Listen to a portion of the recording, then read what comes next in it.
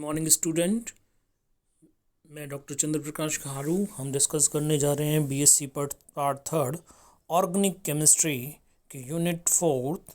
इसमें हम amino acid को डिस्कस कर रहे थे और उनके प्रॉपर्टीज़ के बारे में हम बात कर रहे हैं। आज एक नया टॉपिक हम डिस्कस करने जा रहे हैं, विद्युत कण संचलन, इलेक्ट्रोफोरेसिस। विद्युत कण संचलन या इलेक्ट्रोफोरेसिस।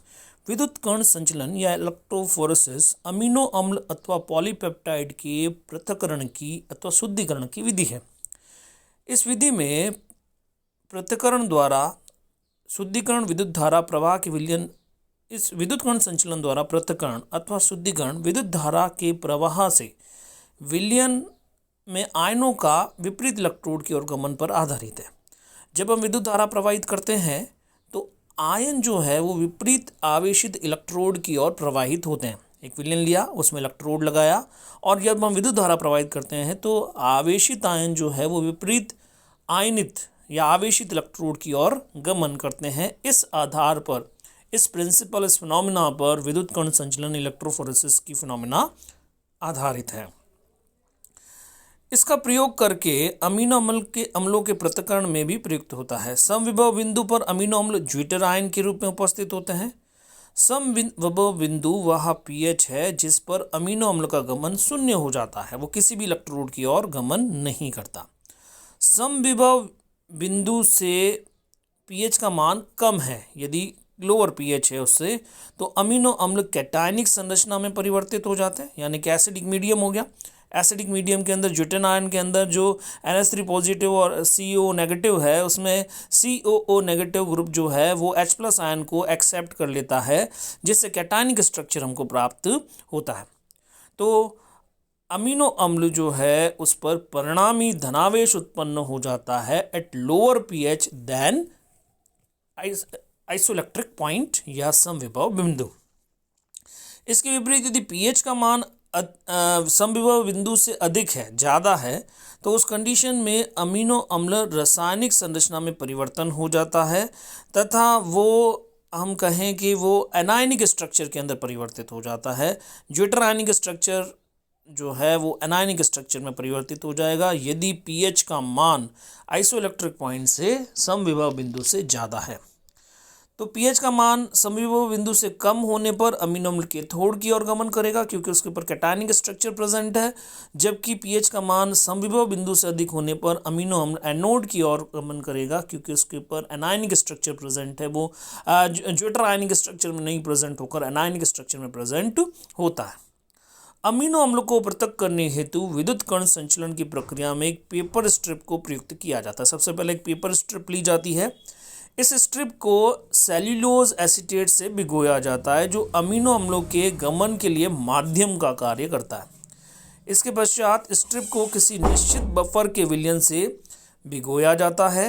स्ट्रिप के दोनों विपरीत सिरों को बफर विलयन में डुबोया जाता है। स्ट्रिप के केंद्र पर अमीनो अम्लों के मिश्रण को लगाया जाता है। दोनों बफर विलयन में विपरीत आवेशित इलेक्ट्रोडों को रखकर विद्युत धारा प्रवाहित की जाती है। विद्युत धारा के प्रवाह से विभिन्न अमीनो अम्ल विपरीत इलेक्ट्रोडों की ओर गमन करते हैं। जो कैटायनिक स्ट्रक्चर के अंदर प्रेजेंट है वो कैथोड की ओर गमन करेगा। वे अमीनो अम्ल जो अनायनिक स्ट्रक्चर के अंदर प्रेजेंट है वो एनोड की ओर गमन करेगा। तो इस तरह से विभिन्न अमीनो अम्ल जो है वो विभिन्न इलेक्ट्रोडों की ओर गमन करते हैं। एस्पार्टिक अम्ल, एलानीन, लाइसिन का मिश्रण यदि हमें पृथक करना है तो सबसे पहले सेल्यूलोज स्ट्रिप को 6.1 pH के बफर विलयन से गीला किया जाता है। एस्पार्टिक अम्ल का समविभव बिंदु 6.1 से कम होने के कारण कैटायनिक संरचना प्राप्त होती है अतः विद्युत धारा के प्रवाह से एस्पार्टिक अम्ल कैथोड की ओर गमन करेगा। लाइसिन का समविभव बिंदु 6.1 से अधिक होने के कारण रासायनिक एनायनिक स्पीसीज प्राप्त होगी और यह लाइसिन एनोड की ओर गमन करता है।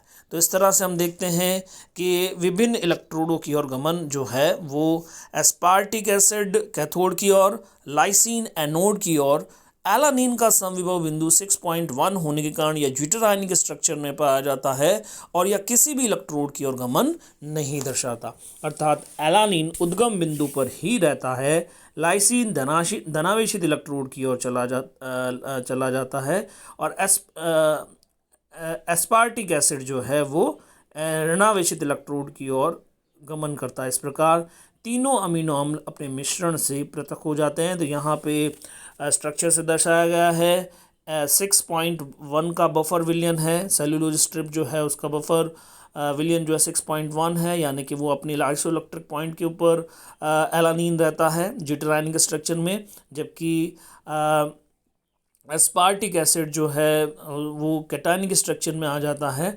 और लाइसिन जो है वो एनायनिक स्ट्रक्चर में आ जाता है। कैटायनिक स्ट्रक्चर नेगेटिव इलेक्ट्रोड की ओर गमन करता है, कैथोड की ओर, और एनायनिक स्ट्रक्चर जो है वो एनोड की ओर गमन करता है। विद्युत कण संचलन की प्रक्रिया द्वारा पॉलीपेप्टाइडों का पृथक्करण अथवा शुद्धिकरण किया जाता है। पॉलीपेप्टाइडों में अमीनो अम्ल परस्पर जुड़कर लंबी श्रृंखला का निर्माण करते हैं। अब ये एक डाइसैकराइड बनाया गया है जहाँ पर दो अमीनो एसिड जो है पॉलीपेप्टाइड बॉन्ड के थ्रू, पेप्टाइड बॉन्ड के थ्रू जुड़े हुए हैं, और ये जो डाइपेप्टाइड है उसका समविभव बिंदु पर ज्यूटेरायनिक स्ट्रक्चर में पाया जाता है। पीएच का मान अधिक अथवा कम होने पर यह एनायनिक अथवा कैटायनिक स्ट्रक्चर में परिवर्तित होता है। विद्युत कण संचलन के द्वारा विपरीत आवेशित इलेक्ट्रोड की ओर गमन करता है, अतः पॉलीपेप्टाइडों के मिश्रण का भी हम पृथक्करण इलेक्ट्रोफोरेसिस के थ्रू किया जा सकता है। Next, peptide. दो या अधिक अमीनो अम्ल की अम्लों के मध्य संघनन अभिक्रिया से प्राप्त उत्पाद पेप्टाइड कहलाता है। जैसे कि यहाँ पे दिखाया गया है, यहाँ पे दो अमीनो एसिड जो है आपस में संघनन अभिक्रिया होती है, यहाँ पर वाटर के मॉलिक्यूल का लॉस होता है और डाई पेप्टाइड प्राप्त होता है। इस तरह से डाई, ट्राई, टेट्रा, पेंटा, पॉलीपेप्टाइड चेन भी हमको प्राप्त हो जाती है। पेप्टाइड में उपस्थित एमाइड बंध को पेप्टाइड बंध कहा जाता है। पेप्टाइड में एक सिरे पर अमीनो समूह मुक्त होता है, इसे एन सिरा, एन टर्मिनल कहा जाता है, जबकि दूसरा समूह जो है, दूसरा जो होता है उसमें कार्बोक्सिलिक समूह मुक्त पाया जाता है दूसरे सिरे पर, उसे सी टर्मिनल या सी सिरा कहा जाता है। एन सिरा को हमेशा बाईं ओर तथा सी सिरे को हमेशा दाईं ओर दर्शाया जाता है। एन टर्मिनल हमेशा बाईं ओर दर्शाया जाएगा जैसे कि दर्शाया गया है, और सी टर्मिनल हमेशा दाईं ओर दर्शाया गया जैसा कि आपको इस डाइपेप्टाइड के अंदर इंडिकेट किया गया है। इनका वर्गीकरण यदि हम देखें, पेप्टाइड में उपस्थित अमीनो अम्ल की संख्या के आधार पर इसे डाई, ट्राई, टेट्रा, पॉलीपेप्टाइड में वर्गीकृत किया जाता है।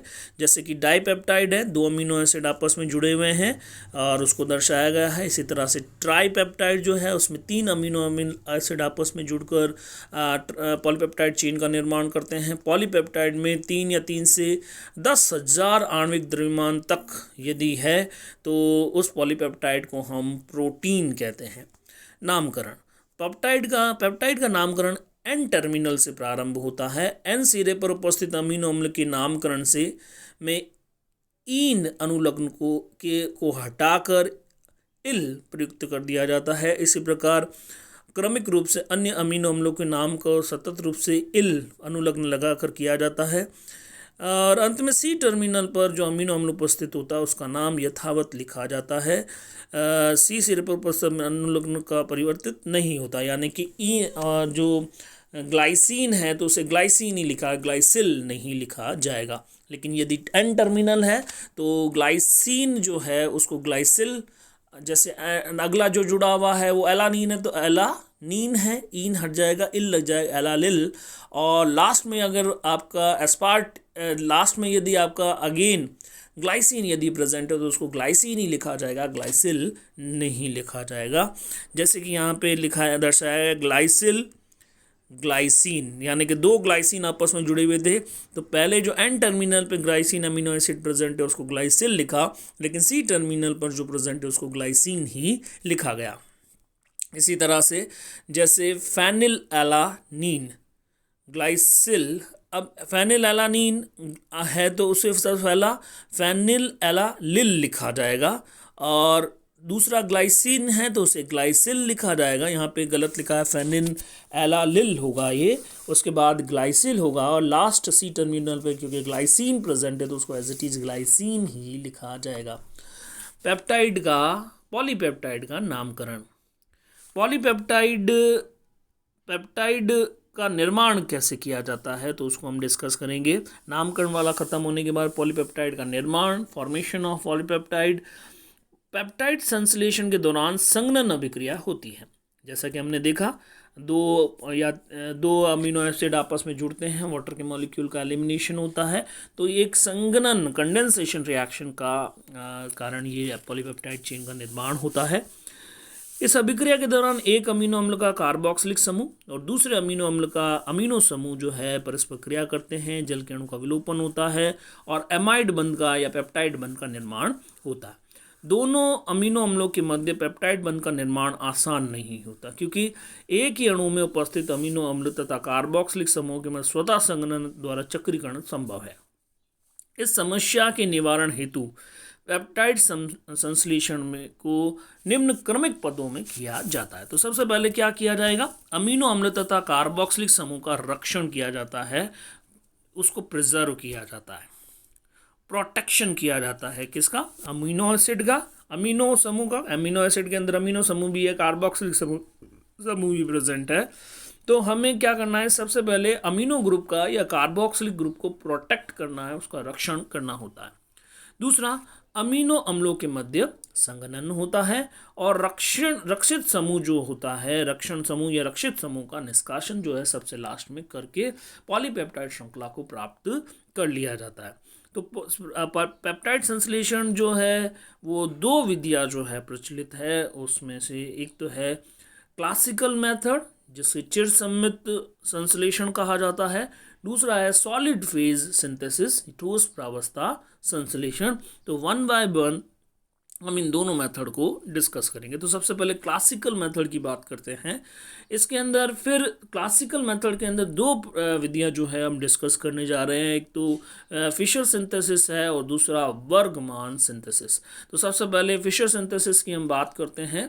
इस विधि में सर्वप्रथम टॉसिल क्लोराइड द्वारा अमीनो समूह का क्या किया जाता है, रक्षण किया। अमीनो एसिड है उसको टॉसिल क्लोराइड के द्वारा, टोसाइल क्लोराइड के थ्रू क्या किया जाता है, उसका अमीनो एसिड की अमीनो समूह का रक्षण किया जाता है। क्योंकि फर्स्ट स्टेप हमारा क्या है, प्रोटेक्शन का है, और प्रोटेक्शन में हमको सबसे पहले हमारा जो अमीनो ग्रुप है या कार्बोक्सिलिक ग्रुप का रक्षण करना होता है। तो इस विधि में सबसे पहले अमीनो समूह जो है उसका रक्षण किया जाता है टोसाइल क्लोराइड के थ्रू।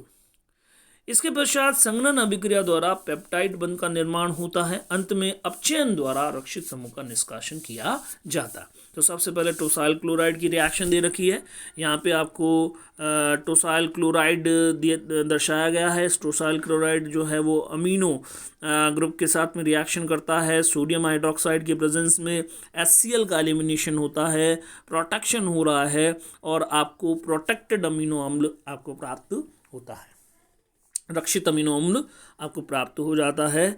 अब इसका संघनन अभिक्रिया करवाई जाती है, यानी कि दूसरे अमीनो एसिड के साथ में रिएक्शन करवाई जाएगी।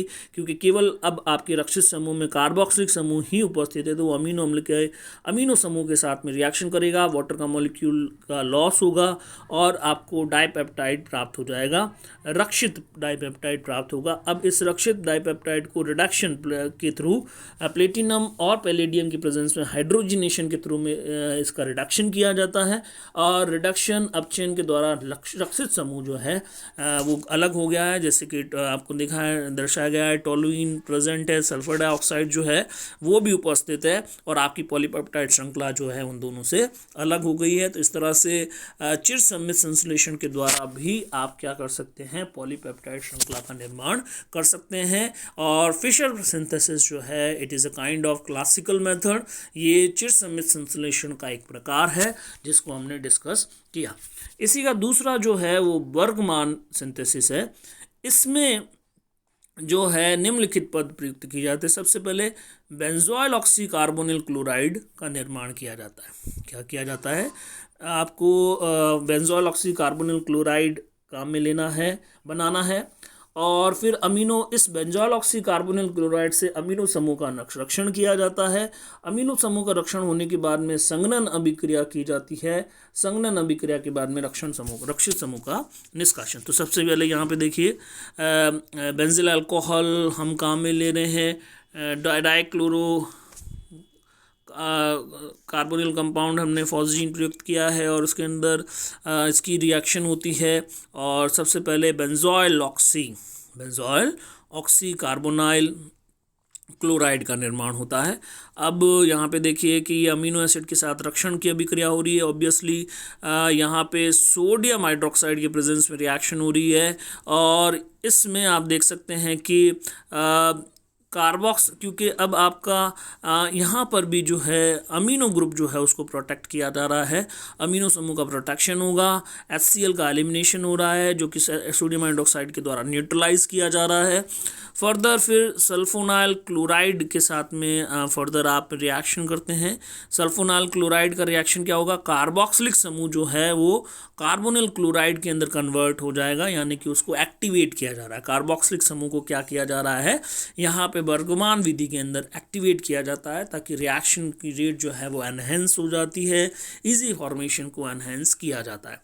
इसके बाद में कंडेंसेशन रिएक्शन होती है जिसके अंदर HCl का मॉलिक्यूल जो है वो एलिमिनेट होता है और आपका अगेन यहाँ पे जो रिएक्शन होगी जैसे कि आप देख सकते हैं बेंजोल ऑक्सीक्लोराइड ग्रुप प्रेजेंट है, अमीनो समूह प्रोटेक्टेड है। अब यहाँ पे जो ग्रुप आगे रिएक्शन के अंदर पार्टिसिपेट करेगा वो अमीनो एन टर्मिनल कार्बोक्स अगला जो नया जो है उसका एन टर्मिनल रिएक्शन के अंदर पार्टिसिपेट कर रहा है। फाइनली आप जो है प्लेटिनम और पैलेडियम के प्रेजेंस में हाइड्रोजिनेशन करवा रहे हैं, उसका रिडक्शन हो रहा है। रिडक्शन के थ्रू आप रक्षित समूह का निष्कासन कर रहे हैं। तो इस प्रकार से हम देखते हैं कि चिर सम्मित विधि जो है फिशर सिंथेसिस और वर्गवान सिंथेसिस के थ्रू आप अमीनो एसिड से पॉलीपेप्टाइड श्रृंखलाओं का निर्माण कर सकते हैं। आगे हम आगे की जो विधि है उसको डिस्कस करेंगे। Thank you very much.